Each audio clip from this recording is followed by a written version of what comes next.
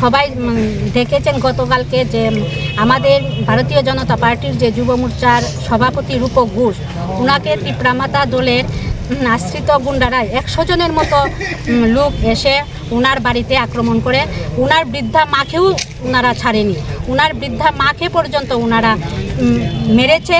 তারপর আমরা সঙ্গে সঙ্গে হাসপাতালে নেই, হাসপাতালে নেওয়ার পর রূপক ঘোষকে জীবিতে স্থানান্তরিত করেছে এবং ওনার মাকে খোয়াই হসপিটালে ভর্তি রেখেছে। তারপর আমরা খোয়াই থানাতে গিয়ে নাম সিসিটিভির ফুটেজ ছিল, সিসিটিভির ফুটেজ থাকার পরেও আমরা দিয়েছি এবং ওনাদের বিরুদ্ধে আমরা এফআইআর করেছি।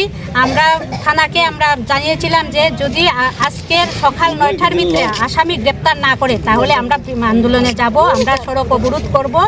কিন্তু আমরা দেখলাম যে আজকে 9টা পেরিয়েছে, ওনারা কোনো আসামি গ্রেপ্তার করেনি।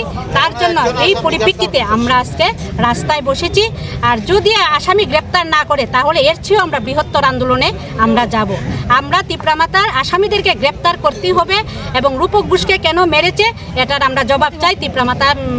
তীব্রামাতার বিধায়ক রঞ্জিত দেববর্মা মহোদয়ের কাছে আমরা এটার জবাব চাই, কেন রূপক ঘোষকে এইভাবে আক্রমণ করা হয়েছে। এটার জন্য আমরা আজকে পথ অবরোধে